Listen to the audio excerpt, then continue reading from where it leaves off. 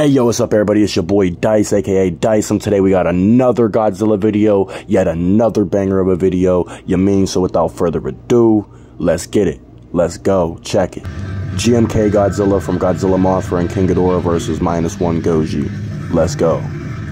Yo, -1 Goji is an absolute menace, dog.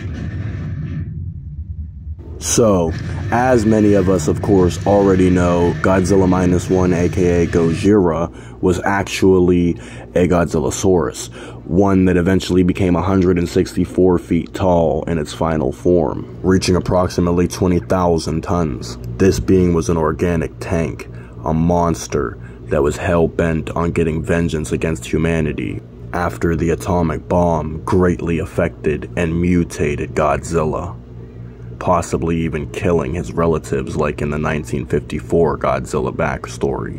This Godzilla, as you saw, can have its head blown off, but it regenerates effortlessly, making it damn near impossible to put down. And the thing is that besides even just growing its head back, it can also take a large amount of dangerous firepower from the World War II era with the Japanese military. Many people like to discredit the durability of -1 Goji because it faced World War II weapons, but then those same people are forgetting that the A-bomb was invented in World War II. In fact, some of the most powerful man-made weapons were invented in World War II. So -1 Goji definitely went up against some very, very heavy artillery, some very powerful firepower. This is the Godzillasaurus design. I haven't heard an official name for this dinosaur-like Godzilla specimen that would later become Godzilla, but since the only other Godzilla-like dinosaur in the franchise was a Godzillasaurus, we're going to refer to it as such. The Goji-like dino I'm referring to is, of course, the Heisei Godzillasaurus. Heisei, Heisei, however you want to pronounce it. Regardless, -1 Goji is a beast, and its atomic breath can one-shot a large portion of an entire city. Its atomic blast is definitely overkill, as it resembles something like a hydrogen bomb upon impact, with a massive explosion that explodes at the tip of the concentrated radiation heat ray beam, as seen here. The shockwave is so powerful, like a nuke shockwave, it wipes out everything in the vicinity, as seen here. What about GMK Godzilla, you might ask? Well, on one hand we got the ruthless -1 Godzilla, and on the other hand we got GMK Goji. A one-of-a-kind Godzilla like -1, but he's slightly larger, and he is actually technically undead, as well as being very relentless and ruthless, similar to -1 Goji. Many comparisons have been made between the two, and I've made videos on the topic in the past. He stands at just short of 200 feet, being 196 feet, aka 60 meters tall. Being extremely ruthless and relentless and very malevolent and monstrous, this Godzilla can take on multiple enemies in one-shot kaiju. GMK Goji is a savage and barbarous Godzilla incarnation, an absolute and utter monster. This 30,000-ton kaiju is one of the only truly monstrous Godzillas, as it deliberately kills human beings.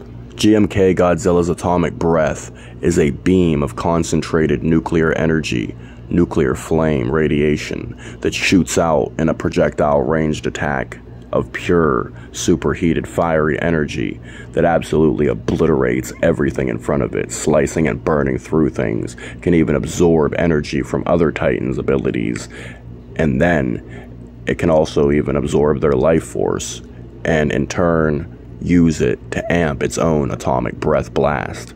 Spoiler alert, as seen in GMK. Towards the end of the film, when he fought Guardian King Ghidorah, that is. When he fought Baragon, even just using his standard atomic breath, he obliterated him, as many Titans and Kaiju would be absolutely one-shotted by this atomic blast.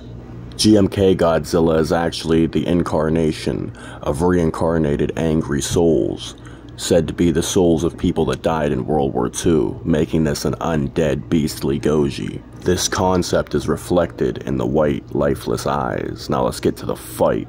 Godzilla -1 comes up out of the water onto land, stomping on whatever is beneath him, making his way through the city, tumbling buildings like it's nothing.